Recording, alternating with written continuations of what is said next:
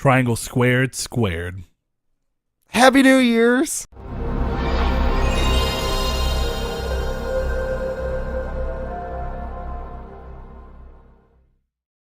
Hello, and welcome to episode 40 of Triangle Squared. I'm your host, Brett Beck, and alongside me, your host for 39 of those episodes, Mister.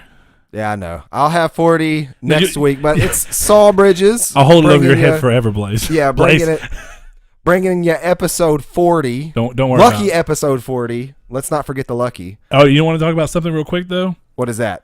What happened to Winter Chicken Dinner? I don't know. Winter chicken dinner. You failed me. I noticed it last week when we were doing editing. I was like, wait a minute. I didn't realize that I said that consecutively. I know I said lucky number. Yeah, but you did winter chicken dinner a lot. Huh. More often than not. Well, you failed our listener base, Saul. That's what you've done. And winter vegan dinner. Yeah, that's what you've been doing. Coincidentally enough, we're gonna been light on the chicken. We're gonna leave here, and I'm gonna eat chicken for dinner. Oh yeah, you are. Yeah, I'm gonna eat some wings. I'm gonna eat some boob burgers, as they like to call it, the double D burgers. Double D burger. Still didn't realize that was a pun until last night. Yeah, Saul, but that's okay. Well, Saul, it's been a half week, so I haven't seen you since Saturday, and Christmas has been going on. So maybe you've been busy. I know you've been at work. I know we played a little bit of the Division together, but sir, have you been? Oh yeah, you did. We didn't. Yeah, so you were just in the chat. You were pretending to play with us. So what have you been playing? A whole lot of Fortnite. Like way more Fortnite than I've ever played. I've been playing lately. In a week? Like in a week's time, you've never played this much? No, like I've probably played more in this past week than I have since I've owned the game. Like I'm telling you, I play like 4 or 5 games. Here's a question: Do you own a free-to-play game? Fortnite. I mean, but no, I mean, like, do you own it if it's free to play? I guess so. Or are you just participating in the free service? Well, it's a separate game, kind of. Like I actually don't know do you own it? Because think about it, it's free to play, it's online. If the servers go down, you don't keep playing it anyway. But even then, what about games? So do you even own Final Fantasy 15?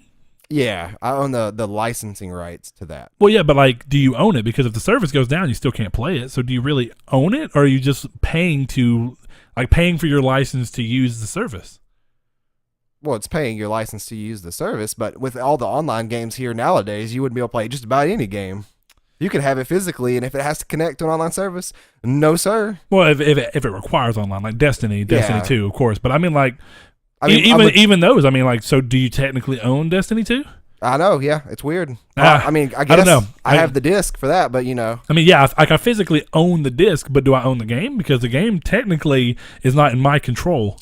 I do know that I do own Metroid Samus Returns, because I've been playing that too. Okay, yeah. I got a 2DS XL for Christmas. Move off of my weird offshoot question. Thanks to my lovely fiance. She got me a 2DS XL and Metroid Samus Returns and Pokemon Ultra Sun. What number DS of the 3D 2D categories is this for you? 3. It's your third one? Third. I had a blue 2D or 3DS XL. No, 4, because I got the Launch Cosmic Black one. I have the blue. When the blue 3DS XL came out, I got that one. Then I had the new 3DS XL, which Annie stole from me. That's why she's playing Animal Crossing on that, and I got the 2DS XL for Christmas. But I did have a 2DS, I guess you could count. So you've had part 5. Of the family. Yeah, because it's not a 3DS, but it is a 3DS. Well, yeah, but I mean, that's what I'm thinking. It's a 3-2. It's weird. In the family. Nintendo's weird. It's in the family. They're gonna do a Switch that can't dock. I guarantee it. They're gonna do a Switch that's only a handheld. It better be a lot smaller and have better battery life, which it can't because of the games and blah blah blah. It's impossible to even talk about. I had a conversation about that right now. That the Switch is. The Switch is only portable in the fact that you can pick it up and do it. But I mean, realistically, it's portable and to me in the same sense of me getting a battery and hooking my PlayStation 4 up, hanging it from my back pocket, and then putting a screen in front of my face. Because I mean, it's a lot more convenient than that. Oh, it's more convenient, but I don't consider it a true portable because you can't take it with you anywhere unless you put it in something. Whereas if my Vita, I can carry it around. Don't get me wrong, the Vita was edging close to being too big for me to be comfortable to carry around. But I could fit it in my back pocket and kind of forget it was there. The Switch, it'll go in my back pocket like barely, and then it's so tall that I'm like, it's going to fall out. It's one of those weird things, though, because I don't put things in my pockets like that. So I have a case for all my handhelds. Well, yeah, but I mean, that's what I mean. Is it really a portable system if you have to put it in something for you to actually, you know what I mean? I mean, my 2DS is the same way. I have a case for that if I brought it over here, I'd bring it in a case. Well, yeah, but you don't have to do that. Whereas with the Switch, I mean, you can't just carry it on your person, just on your person. Like if I want to just go walk without a backpack or anything, my Vita can be in my back pocket and I can pull it out when I want to. It's handheld in the sense of that you can literally take it in your hands and walk away from your house. It doesn't have to be in your pocket. But I can do that. That's what I'm saying. Like if we're going, this is a very weird. If we're going to that section, then can I not do the same with my PS4 and just hook it up and then I can just take it away from my house? Yeah, you could. It would be at that point portable, but that's what I mean. It doesn't mean that it'd be conveniently portable, but if that's all it takes to be portable, I don't dig it. I mean, you're a Switch hater. I'm a big old supporter. I'm not a Switch hater. I just have questions for their reasoning. Because I had a conversation with someone this morning about why the Switch is so damn big. I don't get it. I was like, why did it need to be as big as it is? I enjoy it that way. People complain about the battery life from time to time, and it's, to me, I have two pull the battery life away. Why is it so big? That's all I want to know. Why is it so big? Why can't I fit it in my pocket? That big. It's too big. The screen is the size of my Vita. The whole screen. And why is there like a 1-inch bezel completely around? I'm losing 4 inches because this stupid bezel. You take the Joy-Cons off, pop them in one pocket, then you pop the other screen in the other pocket. Why would you want to do that? You're the one wanting to carry it in pockets, not me. I feel like I'd be breaking something, man. But anyways, so I've been playing. Miss that clamshell design, because the clamshell is nice. You put it in your pocket. I don't have to worry about my screen. Speaking of clamshell, the 2DS XL weighs less than our phone does. That thing is. That's actually not surprising. It's nearly weightless. It's amazing, and it feels. It looks really cool. As a console. When you have it in person, dude, it looks really cool. Yeah. But I did play some Grand Theft Auto with my Fortnite, and we all talked about it last time that I finished up near, technically in this last week, but I'm trying to think. I think that's really it. I don't think I've been playing. Oh, I downloaded both Metro games, 2033 and Last Light. Yeah, since you were hating on Last Light. Sure was. You're a Metro hater. I'm a Metro supporter. I'm not a Metro hater. The 2033 is great. But I was playing through that. So you're a Last Light hater. I'm a Last Light supporter. Yeah. I was playing through that and got stuck at one part that I didn't remember happening. At first, I thought I booted up the wrong game. Yeah, because I remember that game fairly well, except this one specific part in the beginning, and I ran out of ammo. And I'm playing on hardcore mode. I ran out of ammo. That's probably why. And I'm getting attacked by like these dogs, and I'm just like, what am I supposed to do? It reloads me with no ammo. Like I get a checkpoint with no ammo, and I'm like, I can't kill all these dogs with a knife. You go find you some ammo. So no, there's not any. I'm in a contained area. I mean, I'm in a really small area that it forces you to kind of be in for a few minutes. You broke the game. Now hid. Now you got to get good. I hid for a while behind a truck, and I'm like, they're not going to find me here. All the other people were fighting them. I still got found. Still got killed. Probably just going to restart the game and do it on normal. I was wanting to platinum that game, but we'll see. If it requires a hardcore playthrough. Yeah, if I remember Last Light's platinum list, I was like, no thank you. That's too much. I'm sure there's... I can't remember if there's any collectibles in Metro. That's the one thing I don't remember. I don't remember either. Like if there's an intel or anything. There might be, yeah, or some kind of. Honestly, I don't know. It's been so long. I haven't played since Last Light came out on PS3. So. And I haven't played since I had my Xbox. And that's like 2012, my maybe original 13? Xbox One, yeah. No, that was 2013. I'm pretty sure it was the same year Last of Us came out. So that means I played it a year after when it got ported to the. It got ported pretty quickly. Okay, I played it. I think it got ported in 15. Okay, no. I'm pretty sure. I lived in my apartments for 2 years. Now my new ones, and I played this at my old apartments. So unless I played it in but the beginning of 15 would be 3 years. You know, we're about to go into 18, right? 5, 6, 7, yeah. I think making me think I'm crazy over here. It'd be 3 years. What have you been playing? Well, I've been playing Sundered. Which is pretty cool little. So basically what happened is once PSX, Guacamelee 2 was there, and I didn't get to play it because the lines were way too long, but I watched some people play, and it wasn't story. I was wanting to play like a small story section. It was a 4-player co-op mission thing. So I was like, oh, okay, that's fine. It was cool to watch. Real pretty game, just like the first one. Got to talk to them about whether or not it'd be coming to Vita, and they're saying it's not decided that it won't be coming to Vita, but it's also not decided that it will be. They're still going over what systems they want to put it on. But basically watching that made me think about all the fun I had with Guacamelee, so I was like, you know what? Sundered's on sale. I'm going to pick up Sundered. Grabbed it, played it last night. Is it a Dreambox game? No. Okay. It's, I can't remember the name of the studio now. Thunder Lotus? Something like that. Anyway, it's a Metroidvania, and it's fun. It's a little different because, like, you know, they're both Metroidvanias, but Guacamelee's got that, like, it's melee based. It's all like it's all fighting moves. Which You're is a what wrestler. I enjoyed. So it was really fun from a combo melee-based perspective. Thunder's a little blasters. more complicated, or at least in my, it doesn't necessarily tell you the move sets, but it's fun. It's got a really pretty art style. I was gonna let you see it on my TV. It's like super pretty. But I've been playing that a little bit. I did play the Division for a bit. We ended up going to the Dark Zone yesterday with RJ and John. That was pretty fun. But they had to bounce out and try and power level him. So we're gonna play that tonight, possibly. I don't know about you. I guess you're not. I'll hop in chat. Well, no, like for those, you can be there in spirit. Yeah, because I told Brett this, that I know John was in the or RJ was in the chat. I don't think John was, but I have like a hairline crack in my disc, and a reason I want to go to GameStop after this is that we know people who work at GameStop. I'm hoping they can just swap the disc out for me. Oh, come on, man. Don't be blasting that on air. Because names omitted. I didn't buy like the company omitted. I didn't buy the one time I didn't buy like a $3 warranty for a used game that was $6. Yeah, I mean, I wouldn't either. I just buy the game again, honestly. That's what I was honestly $8.99. But if it happens again, it's like I don't know if it came like that or if it couldn't have happened. I've only had it on my PS4 twice, and it's gone from PS4 into a case. So I don't know what's going on. Well, anyway, the other thing I've been playing is still playing Need for Speed, kind of just slowly but surely rolling through it when I have time. I stopped playing it yesterday, specifically because I ordered the steering wheel. So I ordered the Logitech G29 with the shifter. Is that what you wanted me to order on Amazon for you? Yeah, it was. And then I was just like, screw it, I'll just pay for it because I still want to get it here quicker. It was going to come like, because of New Year is going to be like way off. I was like, I don't want to wait till next Friday to play with it. Screw that. Oh, man. So I was like, screw it, I'll get it Friday. Anyway, plan being there is that I want the newest update for Need for Speed. I'm glad I waited to play it. Supports the G29, so I can go ahead and do that. And then John so graciously sent me his copy of GT Sport. He got extra in his VR bundle. He got for $200 because he already had the game. So I'll be able to play both of those games. And that was kind of like one of my lines is I didn't want to start playing Gran Turismo until I had the steering wheel set up. Yeah. And I'm wanting to see how it does on this table or maybe in that corner before I go about buying a steering wheel setup.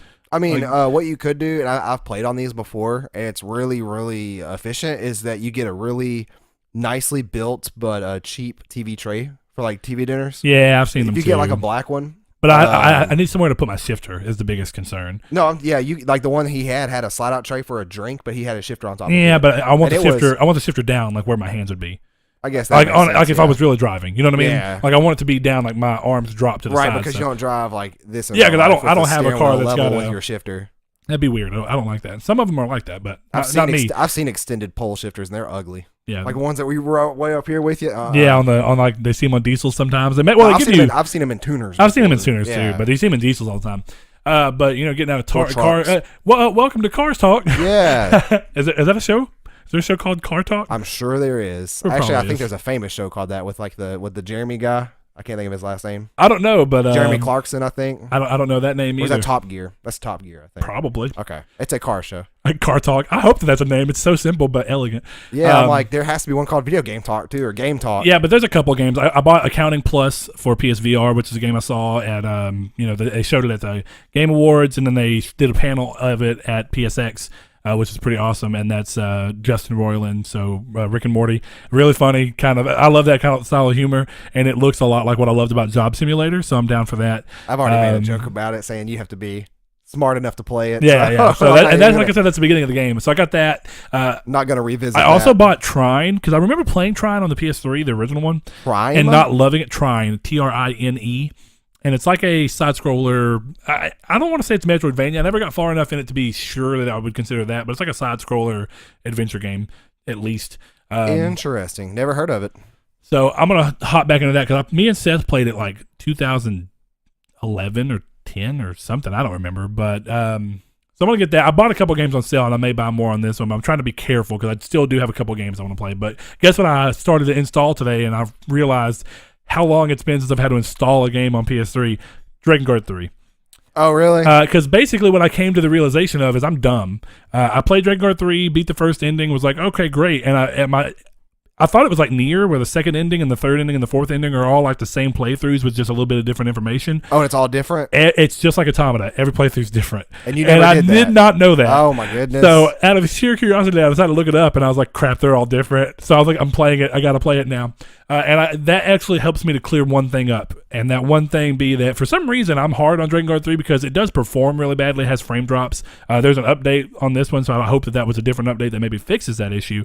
But I often have said that the game looks worse than the original Nier. That is not true. The game looks fine.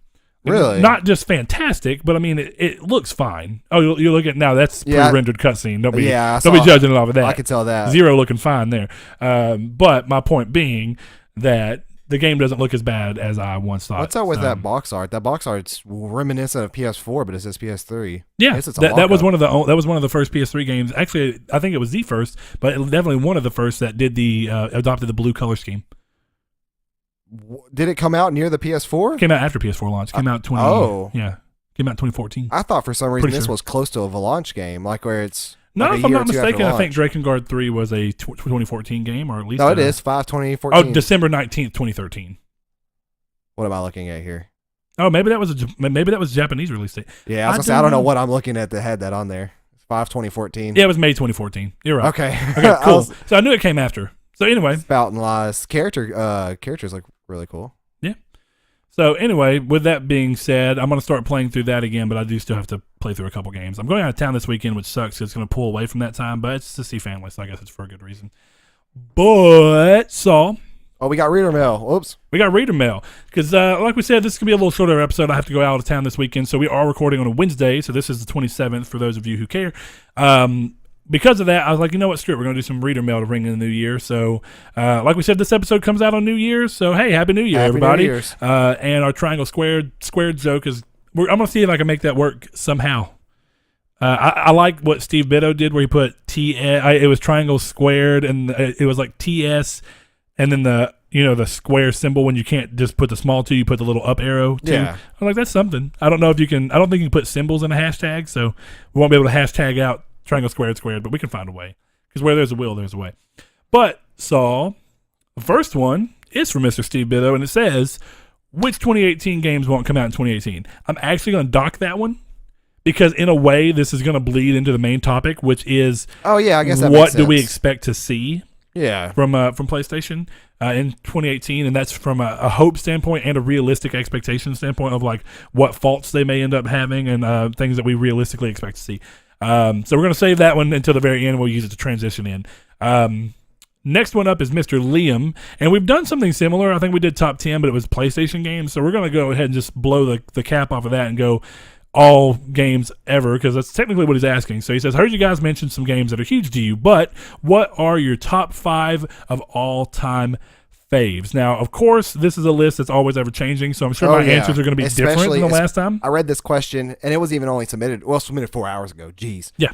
I could have read this a lot sooner. I read this question like 20 minutes ago before we started recording, and I'm literally going off the top of the head. I'm not giving this any research. I'm not me either. I'm I was at work. searching my feelings for the games that pop up when I think of my favorite ones. Yeah, absolutely.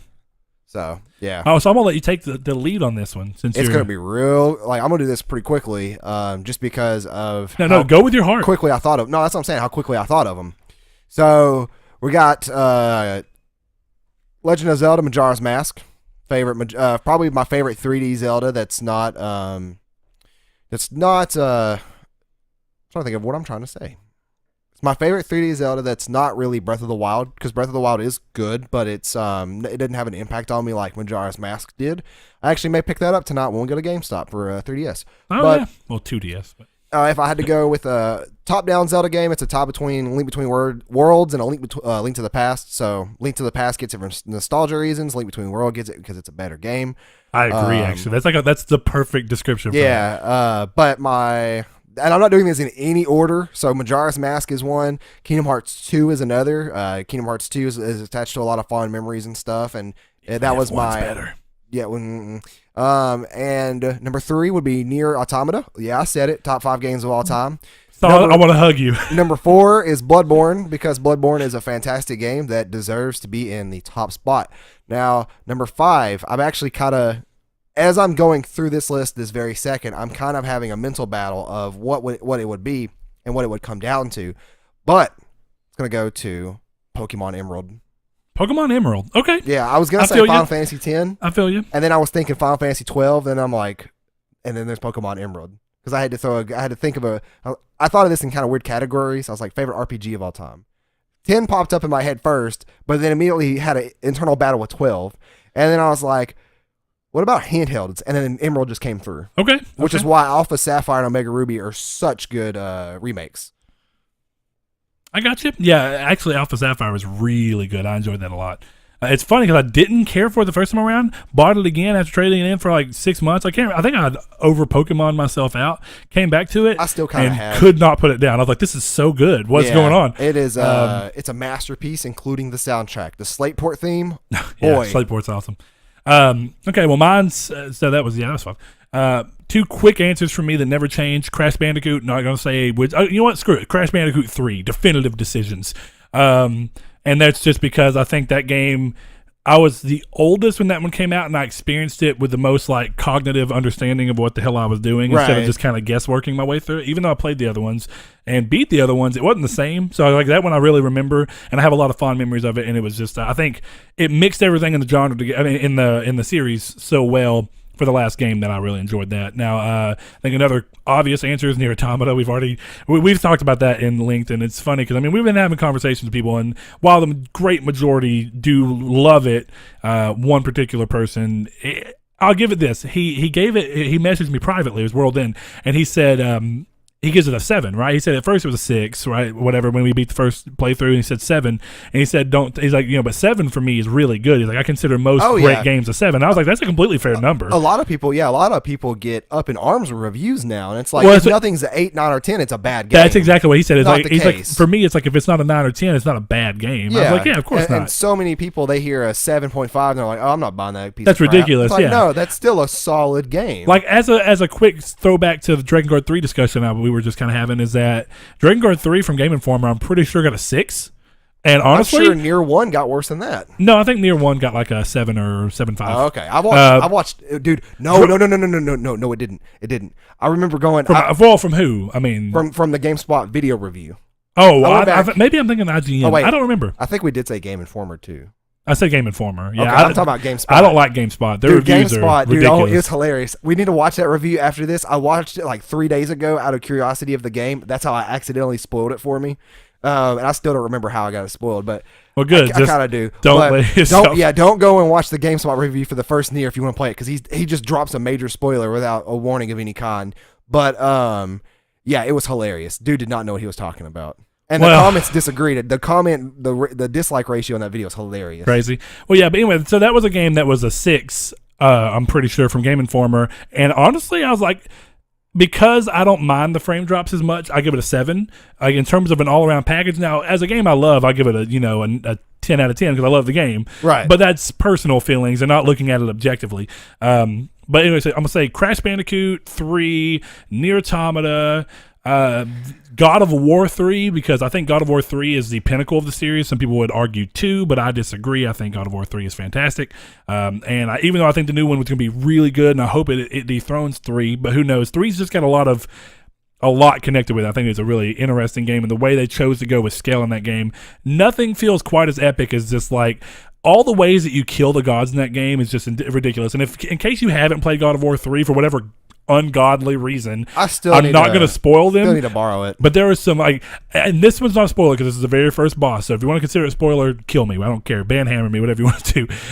But the very first boss you fight is Poseidon, and whenever you finally get Poseidon down, where you see you're one-on-one with him. Specifically, the camera cuts to his point of view, and then as Kratos, you walk up and you take your hands and you shove them into his eyes, and the eyes are the camera. It's brutal. That's pretty cool. That game is so good at making every death that you go through feel really, really important. First of all, you see it changing the outside world, like when you kill Poseidon, the waves start crashing around like really crazily because he's the god of water. Yeah, obviously. So things start going awry as he keeps killing these gods, and not only are they doing it in a visceral way, you're seeing how it's affecting the world negatively, technically. So you're seeing Kratos being the monster that everybody likes to describe him as, but that's also because of where he's been pushed, because in the long run he keeps going because he finds out he's been betrayed by the Titans. But I won't go off in too terribly much more of that game, but it's a fantastic game. Going off of that, this is where it starts to get hard for me. I really want to like stop and think, but Kingdom Hearts 1 has to be in this list, so that's 4. And my last game, I'm Infamous 2. I'm gonna stick with that. Infamous 2 is a fantastic game, best in the series. If you haven't played the Infamous series, play 2. It's amazing, the best game, but play 1 also because you want to understand what's going on in 2, and it just helps you absorb that nice, great feeling that it gets when you beat the game. There we go. I'm kind of surprised an Uncharted game wasn't on there. No, I mean I love Uncharted, but in terms of general impact on me, as much as I love that series, I think I carry more of Infamous 2 with me. Makes sense. And that's a big reason why I didn't throw 2 Niers in there or 2 Yoko Taro games in there, because I do carry those games with me. I did want a little bit of you did though, didn't you? Variety. No, I didn't. Drakengard 3 and Nier Automata? No, Drakengard 3 wasn't in there. I just mentioned that for review's sake. So it was Crash Bandicoot 3, Nier Automata, Kingdom Hearts 2, God of War 3, and Kingdom Infamous Hearts 1? 2. Yeah, Kingdom Hearts 1, sorry. I couldn't tell if you meant like Kingdom Hearts as well. Yeah, I got you. Kingdom Hearts. Anyway, moving on to that one.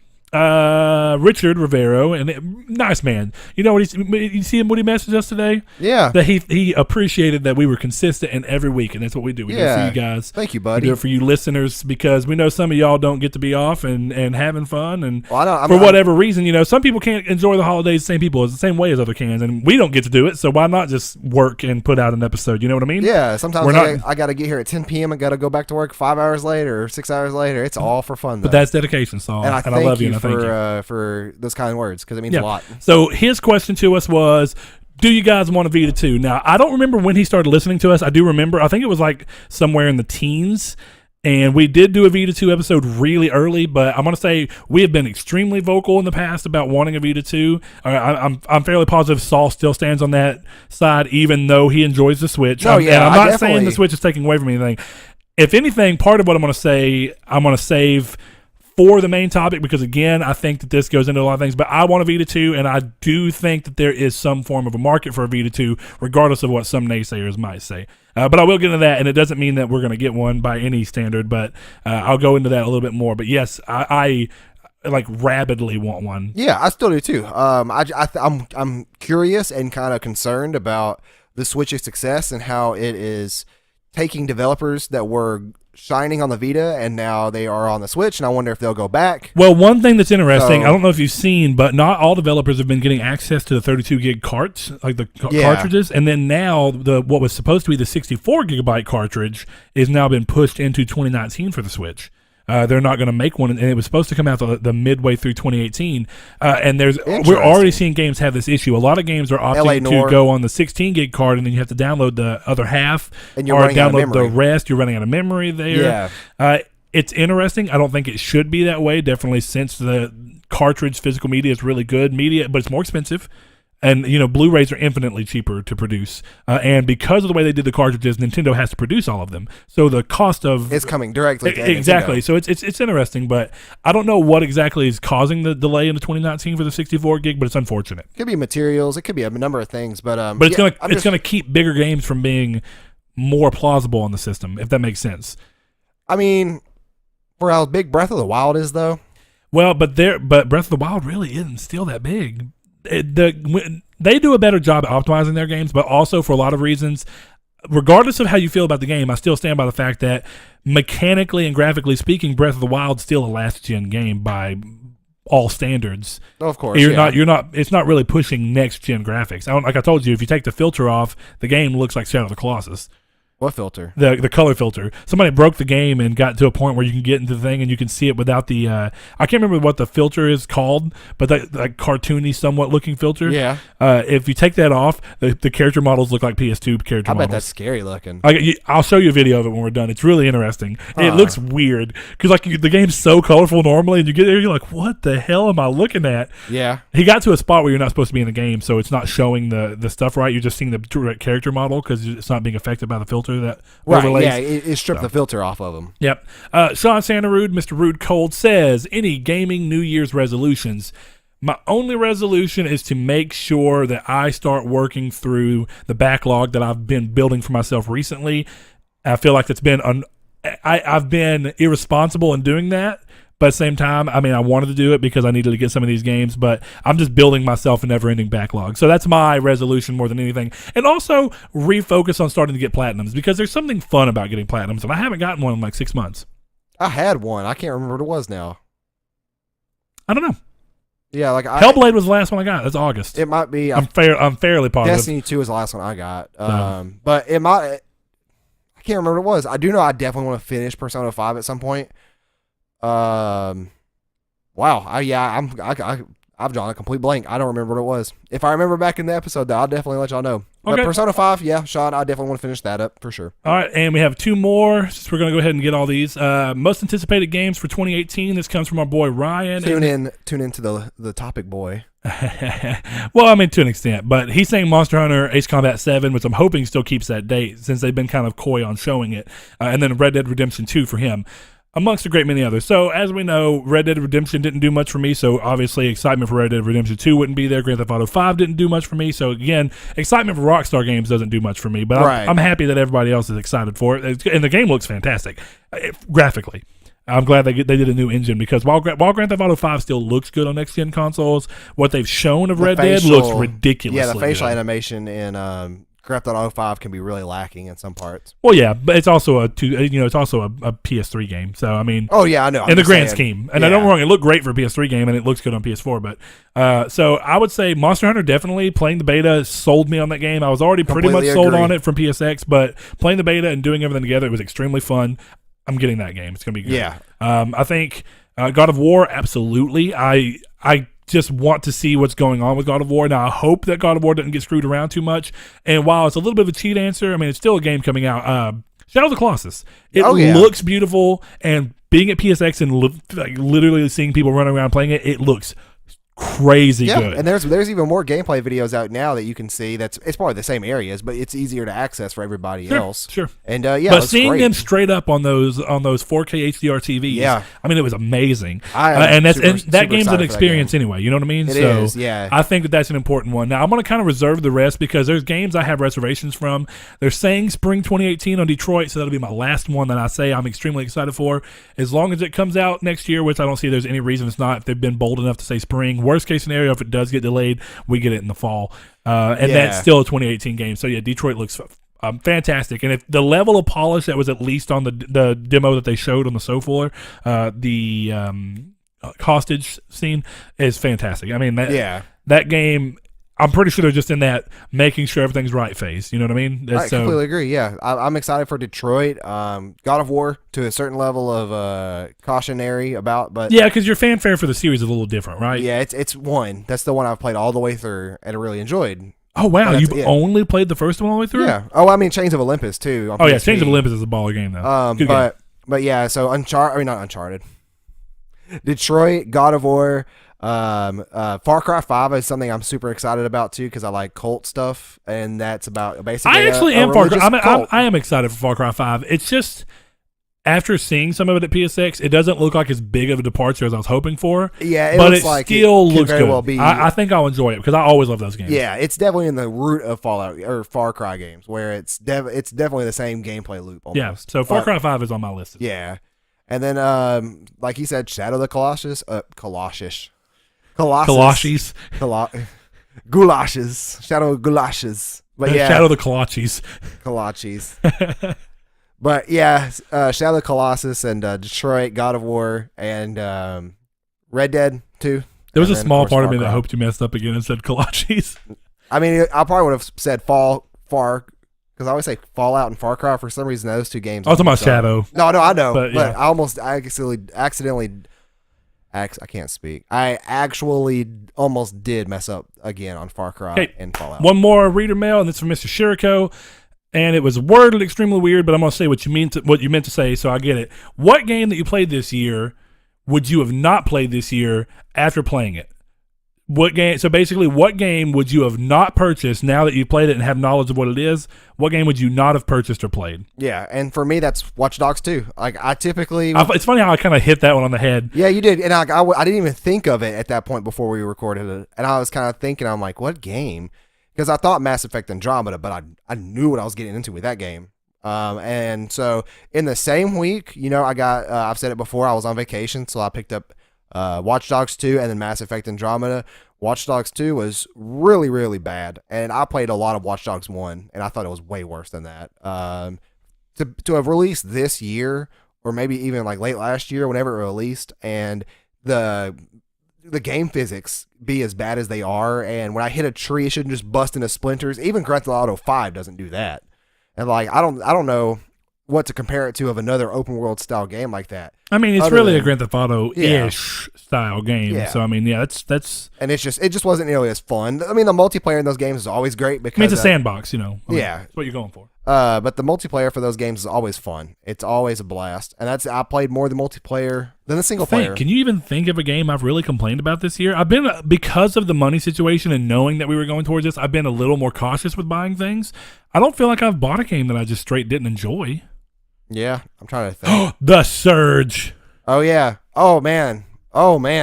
That may have beaten Watch Dogs 2 for me. Okay, The Surge. No, don't get me wrong. It wasn't awful. It just never pulled me in. I just regret buying it because it was a waste of money. Yeah. That's all it comes down to. No, dude, that game was awful. And I don't want to mean waste of money in a bad way. It just wasn't for me. I tried to enjoy it. And I know Lords of the Fallen had a lot of critical reviews on it too about it. But it was a mediocre fun game. Subpar game. It was way more fun than The Surge. The Surge I actually feel bland. like The Surge got too into its mechanics and trying too hard to be. I'm trying to think of a good word. They tried making you too involved. Like, okay, well, you got to lock onto him, then you got to lock on his arm, and then you got to break his arm, and you got to hope that you get this piece. Yeah, they made it too technical for what it could. It could have very well just been similar to Dark Souls. But I also think that the sci-fi element just didn't work for me as much as the high fantasy did.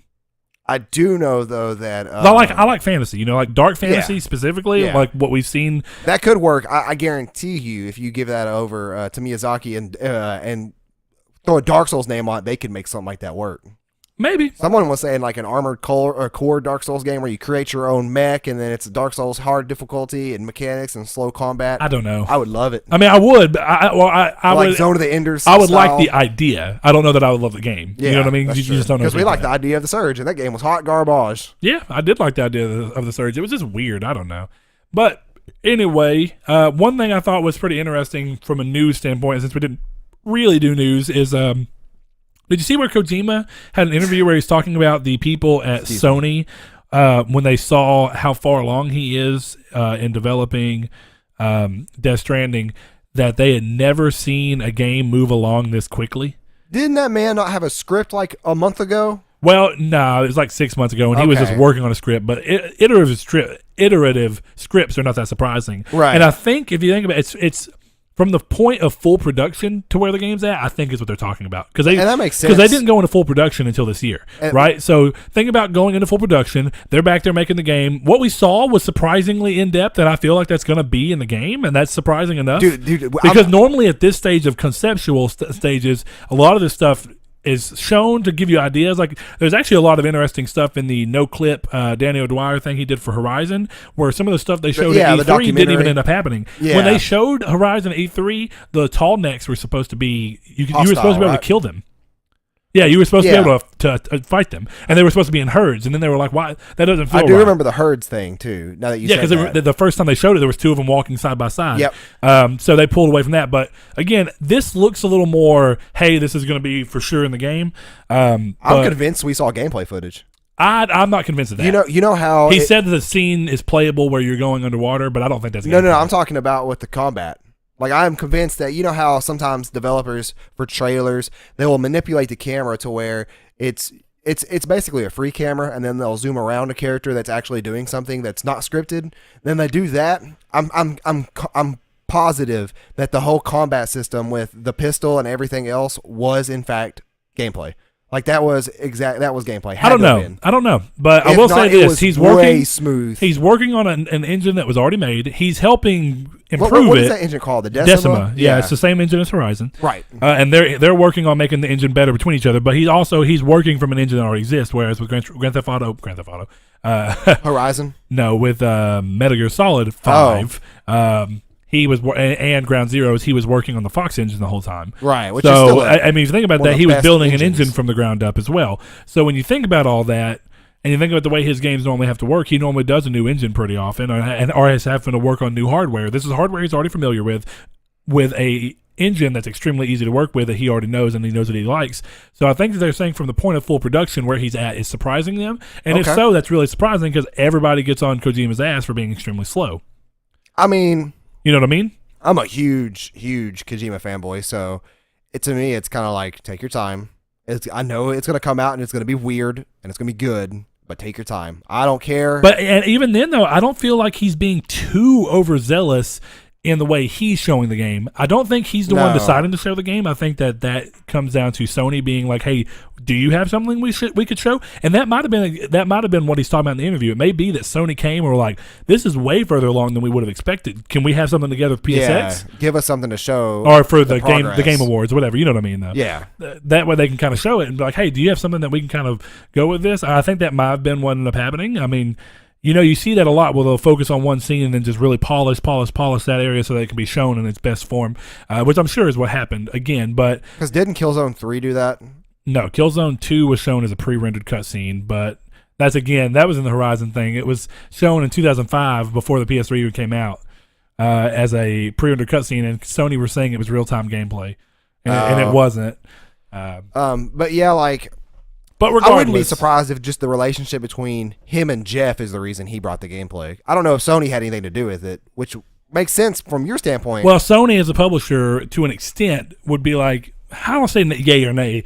Part of the reason that he did this was that he liked the creative freedom that Sony was offering him. Oh yeah. So I mean, he very well could have been like, "Hey, I want to show the game," and then Sony was like, "Go ahead."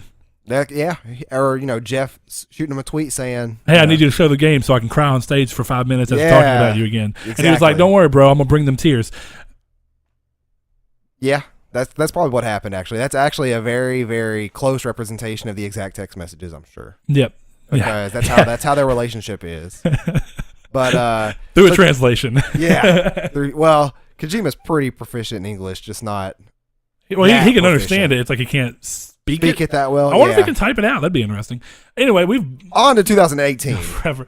So instead of talking about the Vita thing now, I'm going to kind of work it in. So what we wanted to do with this episode, since it's going to air the first day of 2018, is to kind of go over what we hope and expect to see from Sony and PlayStation, obviously, throughout 2018. That comes from like games that we expect to see announced or possibly announced, or what business decisions they may make, or things they may show, all the way to things that they may mess up on. And part of what I wanted to do in that saw, and I didn't quite say it to you, is I've been kind of thinking, I think the best way to go into this is to kind of look back on what they did with 2017. Because I think we're going to see a somewhat similar approach to this year. So and I want to go even 1 year further back. Last year, in 2016, we saw Sony coming at through the gate with nothing but hardware. Hey, here's PS4 Slim, here's PS4 Pro, here's VR. All three of them were shown and released in a small window. Sony was like, bam, bam, bam, we're going to hit that off. We're going to be kings of hardware at this little period right here. Right. And that worked. It was exactly what they needed from that. Then what'd you see? A stark contrast this year. Now that the platforms and the hardware are out, what are we going to do? We're going to push these games because the games will push the hardware alone. What'd you see? You saw a relentless release schedule all the way through to about August. This year was rough. And then you saw a bunch of third-party partnerships from there on. Yeah. So while there's not been a lot of exclusive that have released in the last couple of months because of that, they're smart steering clear of that window. I think we see that again. I think we see a somewhat relentless pace, a little less so in the beginning of the year like it was this year. The beginning of this year was hectic. It was. But I think starting at least in February, late February with Shadow of the Colossus, I think you kind of start to see that pace pick up. And you see a not necessarily as relentless. It's funny because in PlayStation saying they're kind of saying like 2018 is even bigger than 2017 from a game standpoint. Now, if they mean from a release quantity or from a release quality, I'm unsure. It's weird because we knew in 2016 what was coming out this year. Like we had a good idea. By the end of December, we had a date on almost everything, but Horizon, a lot of this stuff ended up moving at times. Right. And again, Sony's been literally every year, Sony gets more and more gun shy about putting solid dates. Like the fact that they even said that Detroit's going to be spring kind of surprised me. I thought they were going to wait until they had a straight date, like 3 months down the line. And we're like, hey, here it is. Well, and we don't know anything about next year. Like what solid release dates do we actually know for these big games? Well, Shadow of the Colossus, we know. Well, yeah, but that's one out of like 6 I'm excited for. Yeah. So because we don't have a solid date on God of War. Nope, we don't have a solid date. We don't have a solid date on Detroit, though we do have a window. And God of War technically has a window. It's early 2018. And which early, are they saying Q1 or do they still count Q2 as early? I don't know. If it was Q1, why would they have not given the date at PSX? That doesn't make sense. Again, I don't know. I can't see God of War coming out past April. That would be very surprising to me. It would be surprising to me as well, but do you remember that March, like late March that they had as a well, that's still Q1 leaked date? Oh, I know, but I'm saying as a leaked date. And then was that the recent one? That was the leak right before PSX. Then we get to PSX, everybody expected a date, and then Corey was like, no date. No. So my point being, Sony's more gun shy than ever. So what I think you're going to see Sony do this year is wait until the last minute and then announce release dates through either the blog post or through small, little video announcements where they try and make it a bigger deal so that it carries some impact of like a release in like an E3, like an E3 presser or something like that to an extent, but they're still able to control it and make sure they're hitting these dates. So I think you see that just based off of what we've kind of seen them do this year as to, like you're saying, we don't have dates on anything, so they got to give the dates eventually. I think they're going to try and play their cards close to their chest, give a release date within a 3-month release period. So let's say that they give a release date to God of War in late January. You're going to see God of War released before the end of April or something like that. You know what I mean? Right. So I think we'll see that. I think that that'll be the story of the year. I think every game will kind of be a play it by ear kind of thing. First thing I want to get out of the way, Steve is asking what games are supposed to come out in 2018 are not going to make it. I am convinced heartily that Spider-Man's not coming next year. Really? We do not even have the first half of 2018, early 2018, spring 2018 on that game at all, but they keep saying it's coming in 2018. So you got to think about this. God of War doesn't come until March. Okay? Right. We know that Detroit's coming. They've already given it a spring window. So let's say that Detroit comes out. Let's say God of War comes out in March. Okay. Just being, giving them the benefit of the doubt. Let's say March. Okay. Detroit comes out. April. No. Detroit will have more time than that, I think. If they're going to say spring, I think you're going towards the end of spring when you start going closer to June. So I'm thinking sometime in May. That's summer weather here, so I guess that makes sense. I know, but it's springtime. Yeah. So you're thinking Q2 is what we're kind of going after. So I think we're going to see a Q2 release for that sometime within May, maybe. Okay. Maybe. Anyway, then so you got to think about all the games they've talked about coming out. We haven't even seen a date on Days Gone yet, right? I feel like Days Gone won't be delayed though. See, I feel like it'll be holiday. They haven't even said that Days Gone's 2018. Yeah, I'm gonna predict right here that it'll be October 2018, guaranteed. I mean, hey, more power to you because they've got to remove. Like I say, they got to get it out of the way with long enough time between it and The Last of Us. Because I still think that while they've shown a little bit more to try and differentiate, The Last of Us is definitely not coming out this year. Well, yeah, but they never said it was either. But I'm just saying that even if. Say that The Last of Us right now internally, and I'm not saying it is, so nobody get your hopes up. But let's just say that an internal date that they're aiming for is May of 2019. Okay. Let's just say that that's a date. If you release Days Gone in October, those two games are just too similar. And if everybody knows, which again, if Sony's being gun shy, then they won't know. But if everybody expects a 2019 release for The Last of Us, they may not even pick that game up. Or they pick it up, play it, and they're like, oh, it was okay. And then they play The Last of Us, and they're like, The Last of Us was way better. Something may happen. The fact that it's getting so close, I just feel like it needed to get out of the way, release. It looks great. The game looks great. I'm not crapping on the game. I just feel like the subject matter and the style of play is too close to what we're going to see with The Last of Us 2.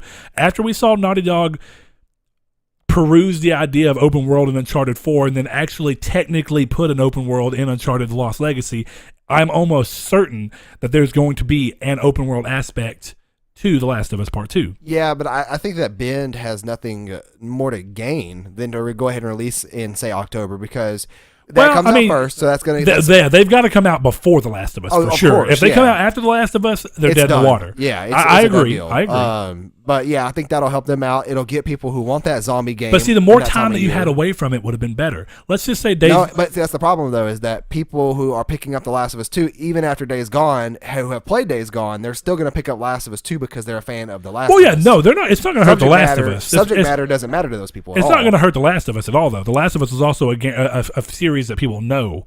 Right, it's a revered series. Days Gone is not. Naughty Dog's a revered developer.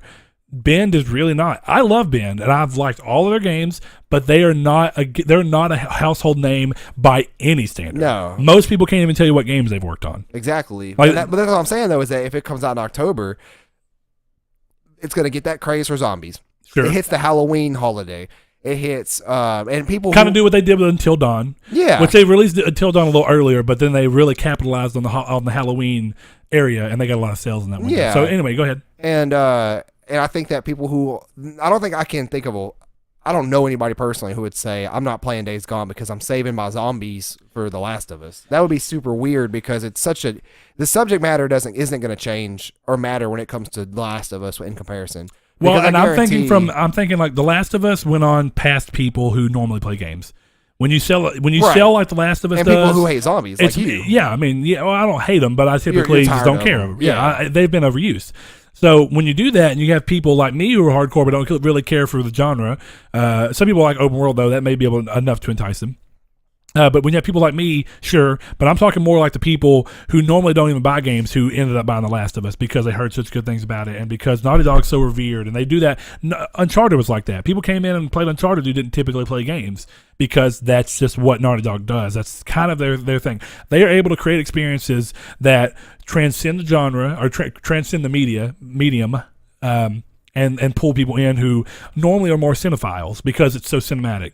Normally don't play games besides cell phone games, but this, again, is a game that they can, even if it's just watching. The way that The Last of Us just took over as a sensation was more so than just the fact that it was a great game. It was because its story was so movie-like that people who like movies were just wanted to watch it. And it was really interesting. People who like certain gameplay mechanics loved the gameplay mechanics. People who like characterization, bam, had a great story. You know what I mean? Yeah, but I don't see how Bend would lose anything. But Bend doesn't have that reputation, and I'm saying that. Well, I get what you're saying that because there's no reverence for the series or even the developer, unless this thing comes out.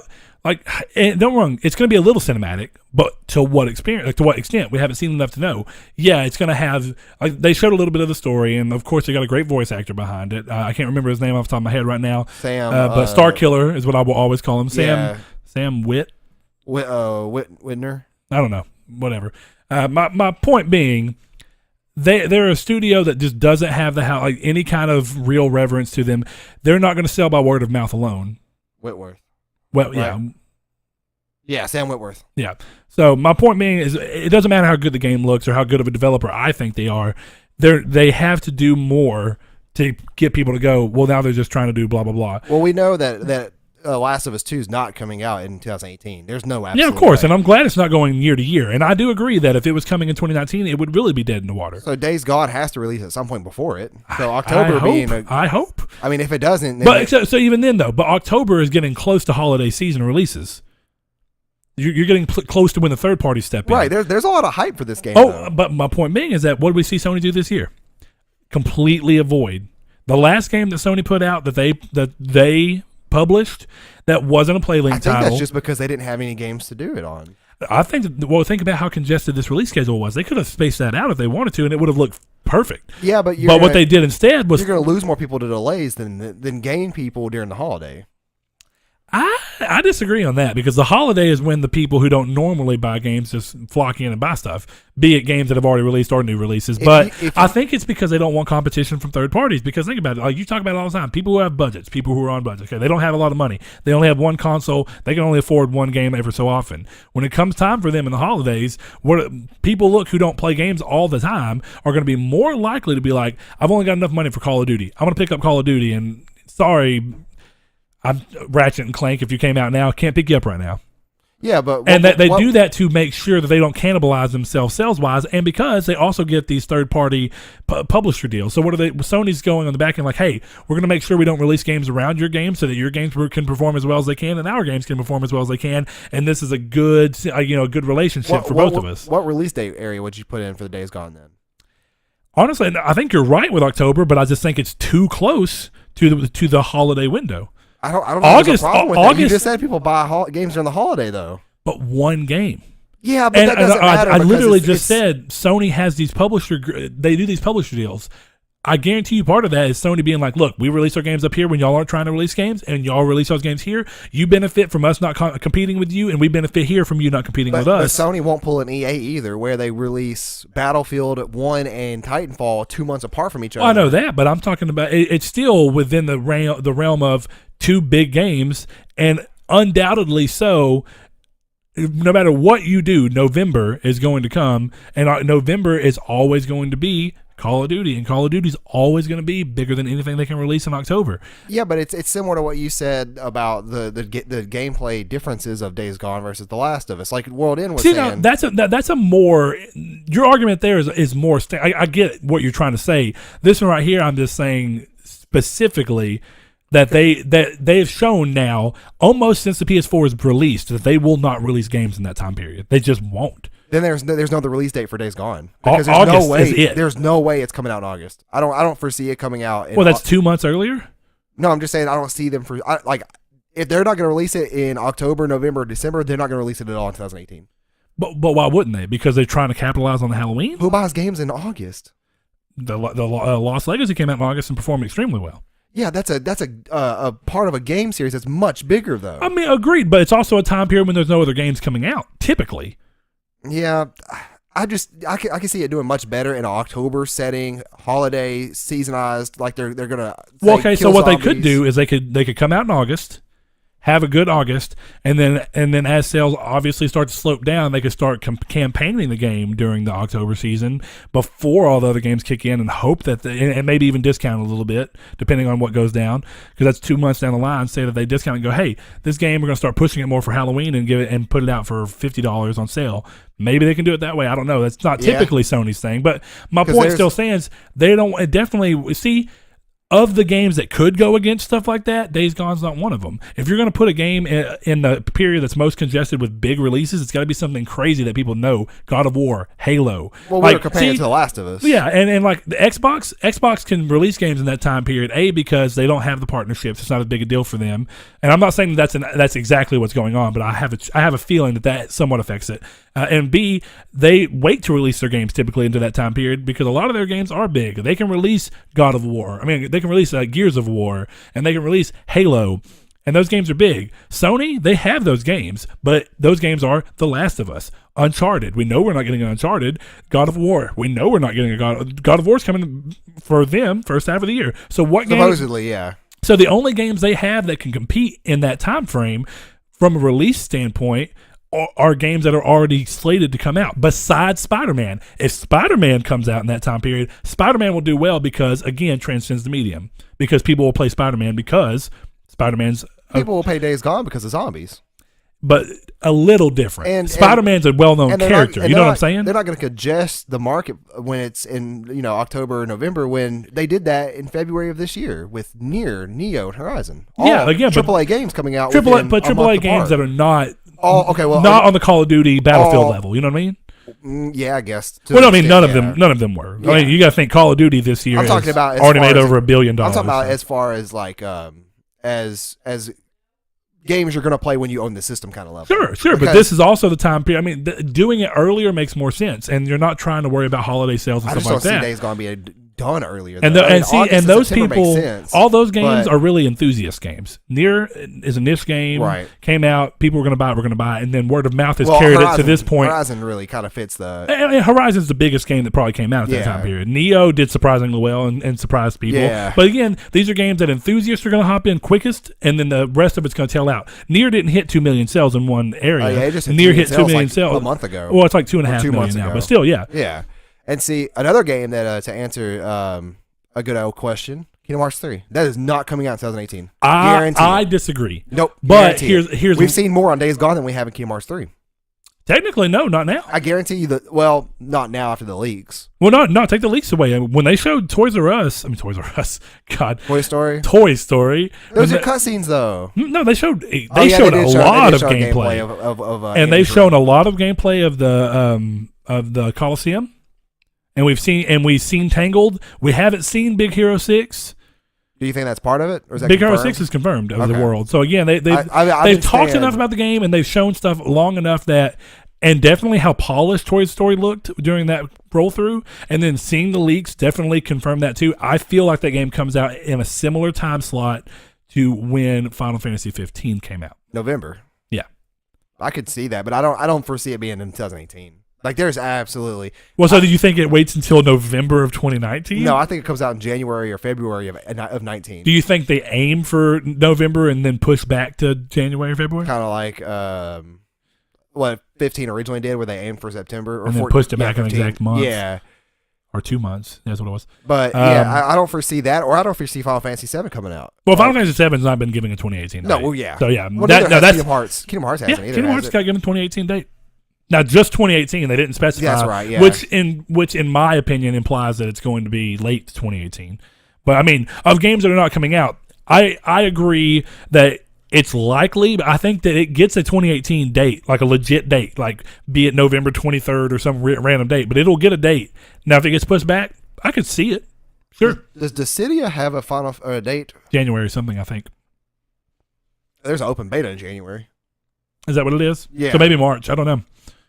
But no, I mean, I don't know. Games that are not coming out, that gets weird. I think Spider-Man's almost the number one. Like, that's it. But kind of what I was talking about with the systems, I guess bouncing back to that, is that because of what Sony did this year and let Xbox be its own thing and let Switch be its own thing, because they knew there was hardware competition this year, they got all theirs out before the turn of the year.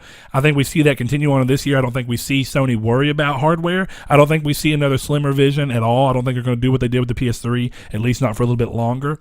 We don't see another slim revision for PS4. Definitely not a year. Oh no, it does come out on the 30th of January. Okay. But I guess there's a beta leading up to the release. Up to it. So yeah, I think that we see another hardware-less year besides like small revisions, like we saw the new version of VR come out. They may do another revision of VR. Who knows? I think PSX is going to have PS5. I think E3. I think it's possible, but I honestly think that's a February 2019. What do you mean February 2019? I think they're going to do exactly what they did with the PS4. Oh, PS4 got its own event yeah. in February of 2013, and then it was released by November of 2013. And I think that's exactly what they're going to do with PS5 in 2019. Yeah, because I don't foresee Microsoft obviously is not going to have something to compete with it, because from a hardware perspective, yeah, let the X run its course a little bit longer. Don't mess with 2018. Let 2018 be the year of One X. And let's hope this isn't a repeat of last gen. Xbox came out, and then PS3 waited, and it was like, we're going to come out and be, because I mean, it's going to be it has to be $500 to compete. First of all, no, not by then. You're talking about 2 years on the market at that point. So would it be $600? No, it'd be under. You're talking about the PS5, right? Yeah, no, I'm talking, yeah, PS5 would conceivably $500 right now. Yeah, but that's also a build price that was set in for manufacturing a year ago. You know, and they manufacture and all this stuff was set up and contracted, because all this stuff goes to contract. It depends on how well it performs. World End's pretty interesting in knowing this stuff, so he'd be able to fill us in on the chat. We can kind of talk to him about that.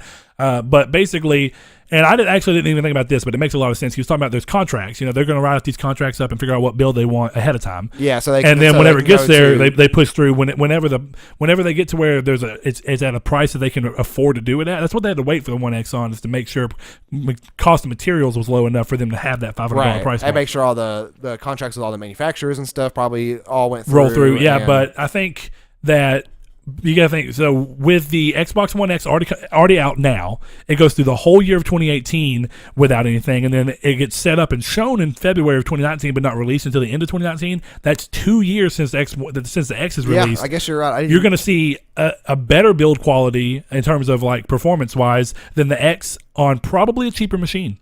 I mean, there's almost no way. It's going to be $400. They saw how well that worked with PS4. Why would they not? True. They're not going to risk what the PS3 did. They will not. The funny thing is the PS4 at launch was still a little stronger than the Xbox One on most Power, games. yeah. Not all, but most. Well, I mean, no, pretty much across the board when it comes to resolution. No, there is some multi-plat games that ran worse on PS4.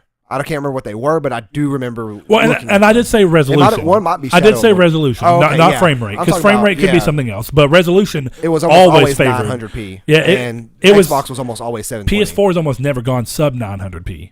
I don't think Yeah. it ever has. I think every game has at least run at 900p, but typically 1080. And I could be wrong, but I think Shadow of Mordor was one that it performed better on the Xbox One than it did on the PS4. But now I'd be surprised. That's what I'm saying. I can't They're remember. both AMD focused, you know. I thought, Shadow Wars developed with NVIDIA in mind, isn't it? No, all those games. I thought they did not have Hairworks or something weird. No, I didn't think so. I'm pretty sure those are AMD card and chipset optimized. Okay, I didn't know that, but I thought it was NVIDIA.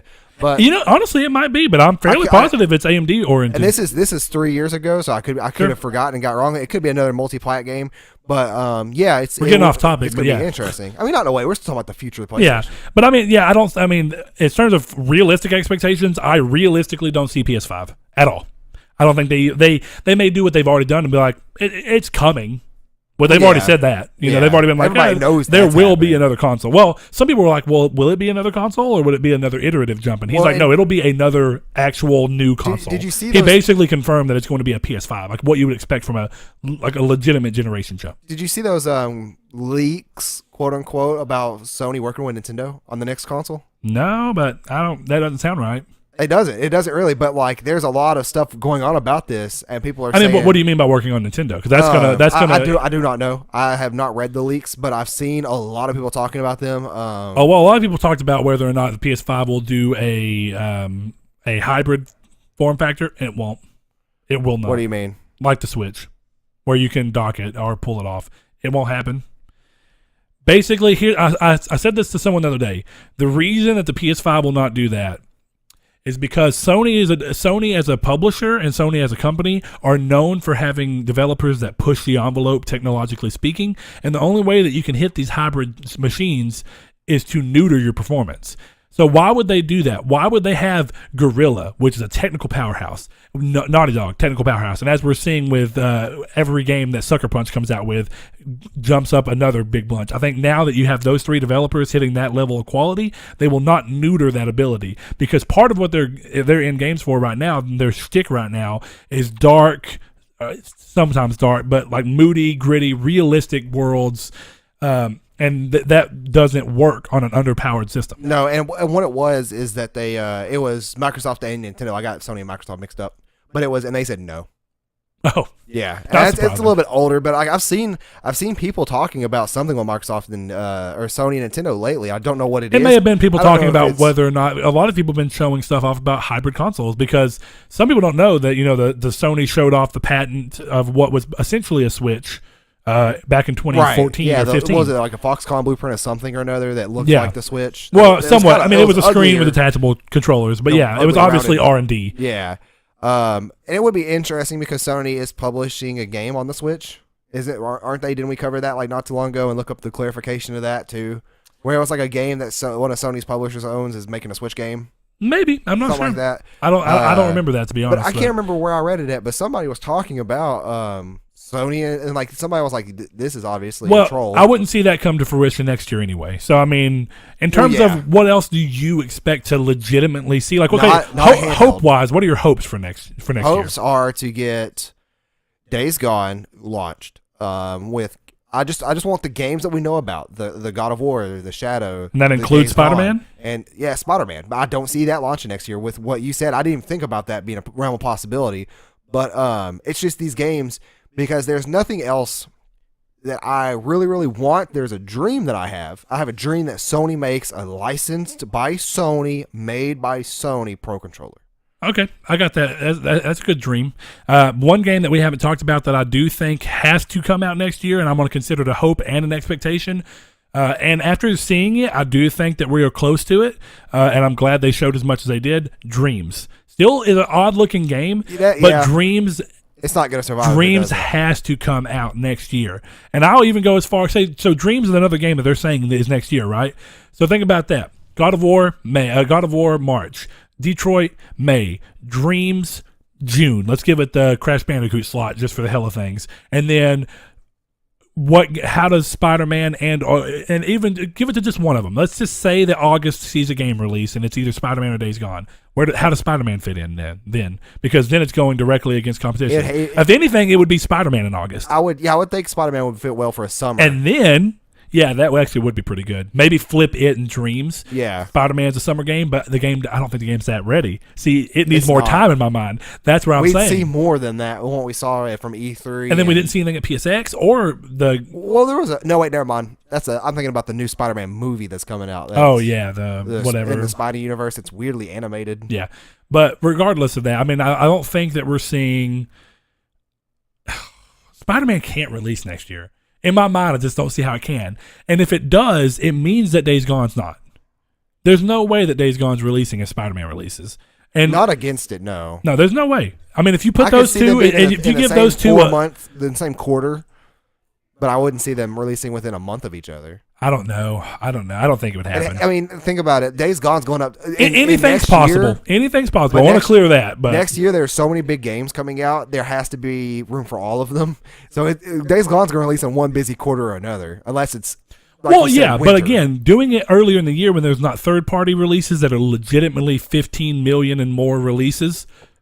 I mean, honestly, I would imagine that Days Gone is going to be considered a success if it gets 5 million sales. You know what I mean? I think that, maybe even less. I think regardless of sales, Days Gone is going to be a success. I don't think that it's going to fail. Well, I mean, I don't know, because Sony's not shy about shutting studios down, which is part of why I'm worried about Media Molecule, and Ben to a lesser extent, because Ben has done. I don't know. They're a smaller studio to an extent, but they've also ramped up to make Days Gone.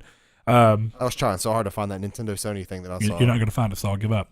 Well, I don't know. That's kind of where I stand. I think that we see no hardware. We don't talk about hardware at all. We see games. It'll be now super what cool games? If they I don't know. A new smaller VR.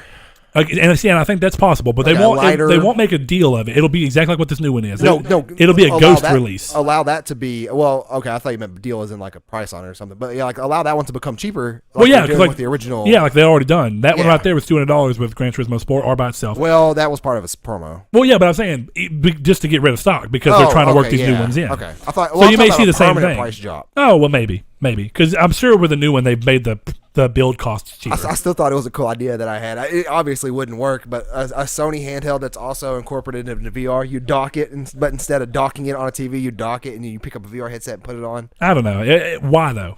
It'd just be cool. I mean, it'd be like one of those useless future gadgets that you see in movies. It's like, what's the point of having that? Okay, well, past all of that, no hardware. Yeah. Besides possibly another revision to lower the cost, and of course, like and make VR a little bit better. Designs, new headset, maybe Platinum or Diamond just came out like 6 months ago. Platinum is what it was, and I don't know. Yeah, 6 months ago probably. Was it not a Diamond headset? No, it's Platinum. Okay, we'll probably see a Diamond headset of some kind. Well, no, I mean they were based off the trophy names. There was a silver, gold, and platinum. Well, there was no bronze. Wait, who would want a bronze? I mean, somebody who can't afford a people don't even like headset. Bronze trophies, man. Just get them out of here. We're turning this into penny now. What we haven't talked about. It's like the penny. And we need to do that, and then probably get bounced. We've not at all talked about what we expect them to do announcement wise.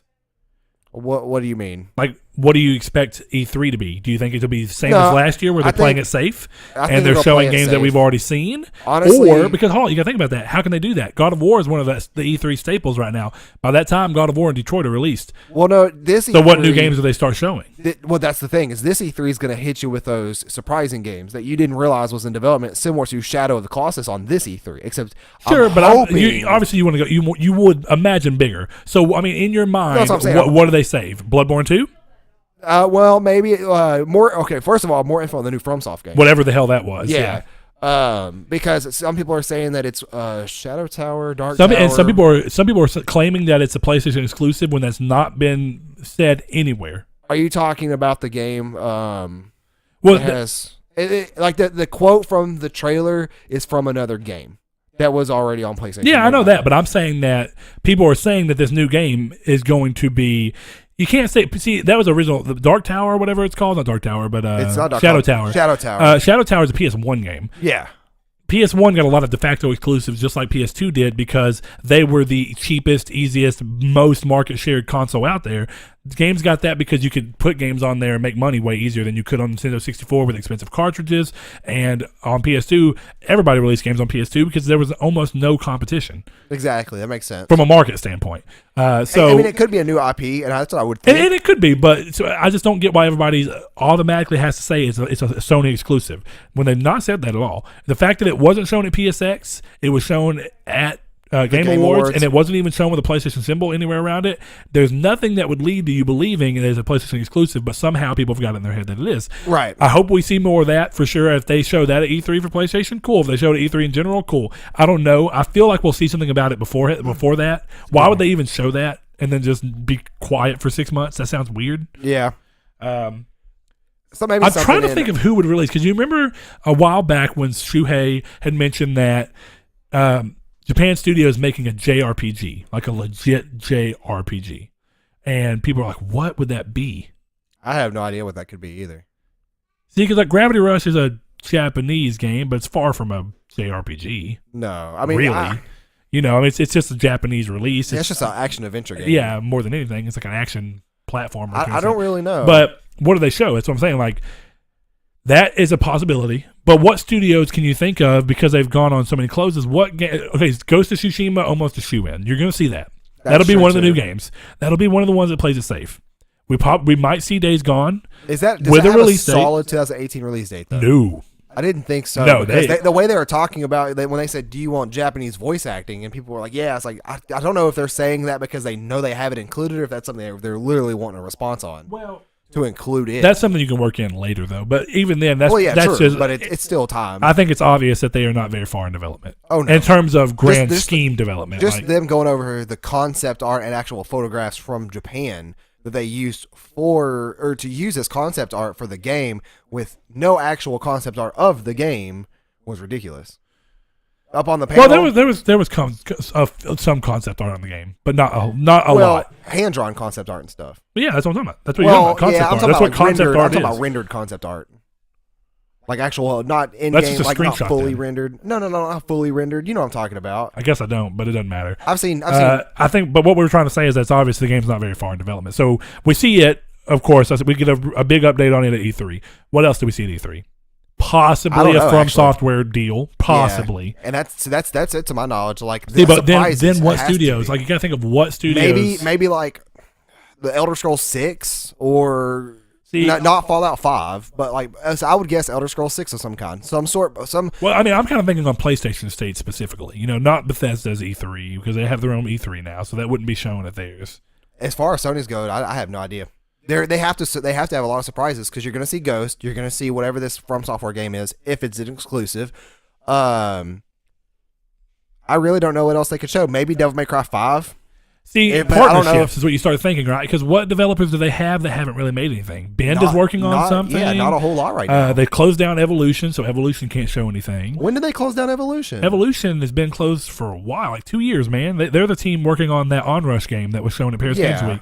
Yeah, they're Codemasters now. Okay, Codemasters bought the whole development team and just put them over there because they make great. So nobody from Evolution is. I guess you said they bought them. So yeah. Codemasters is working with old members of Evolution. Yeah, it's not the studio's not called Evolution, but Yeah, when you said shut down, I imagine everybody got fired and laid off, and they're no longer doing games. No, basically they did it, but Codemasters like, we're going to hire all you guys. Okay, well, good on Codemasters. Codemasters makes racing games, so yeah, smart move for them. They're known for racing games. Well, and speaking of racing games, not necessarily a Sony exclusive, but like a Burnout game would be really cool.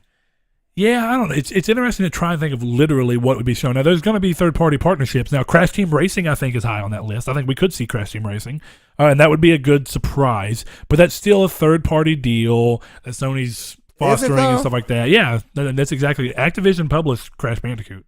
Sony had nothing to do with that. It was just a deal worked through with Sony. Now, there may be some kind of legal reasons. I'm not quite sure. A lot of people talked about whether or not those games could come on other platforms, but it was at least an exclusivity deal for a little bit. A Crash Racing game with Activision being at the helm scares me. Well, yeah, but Vicarious Vision would develop it. Yeah. Because they've developed the Nitro cars. Bungie developed Destiny too, and you see how that is now. That's Eververse, true. dude. There is screenshots of the Bungie forums, and it says kill Eververse, never going to Eververse again. Hashtag end Eververse. In Eververse, yeah, it's nuts. Like I've been Bungie seeing on their Twitter. I'm really excited to see how Bungie's going to respond to this because it's either going to be the fall of the game or it's going to be a step in the right direction. Well, but they got to deal with Activision on that. Oh, I know. That's what I'm saying. Scary. But I don't know. I think I've kind of just said everything I can really think of. I mean, I expect a lot, but in a sense, I expect a lot of what we've already seen this year, which is just keeping your head down, making sure you're releasing your games, and all the games they have to release that they're saying are going to release next year are big games. Yeah. I mean, every game this year surprised me. Every exclusive they released this year. Well, no, I'm talking about just actually release these games. Oh, yeah, for sure. See, that's the problem. But they're also all big. Like, a couple of them are megaton games. Well, and that's the problem we've been riding on is that the Spider-Man, Detroit, God of War, these games we've known in Kingdom Hearts, Final Fantasy VII, these games we've known of for like the past almost decade. See, now, you just said something. We will see Final Fantasy VII at some point next year. Not a date necessarily, but we're going to see the game of some kind. Yeah. We haven't had an update in a year and a half. Yeah, but we got to get these games that we've been talking about the past decade out of the way. Of course. So then new stuff can come through, and that's the problem. And now we haven't been talking about Final Fantasy VII for the past decade. It'd be fair. Not decade, but quite a while. Like I know that it was shown. No, from when they announced it was E3 2015. So I mean, it's been 2 years. So that's not that crazy. Is all I'm saying. In the grand scheme of things, more so, I'm thinking of Kingdom Hearts. Now that I said. Yeah, decade. E3 so, I mean, I think that's probably the smartest way to word it. I think that we do see Final Fantasy VII. There's almost no way we don't because that game's got to get some kind of.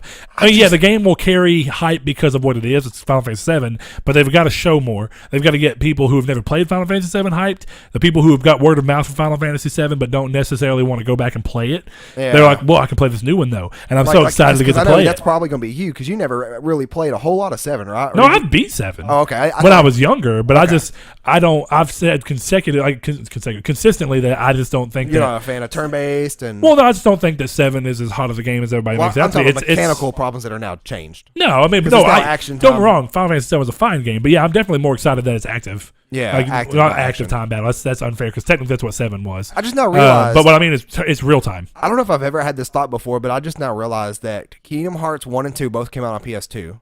Yeah. PS3 had nothing. Yeah. PS4 may have nothing. Like, obviously, we'll have 3, but it's going to be one of those cross-gen games. Guaranteed.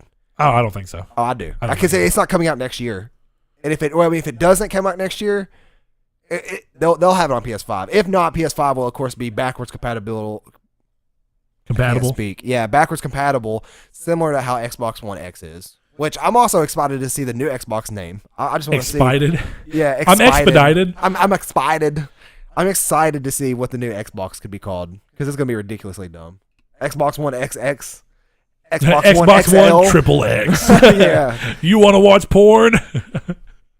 I guarantee you that there's an object in the world called that. But probably.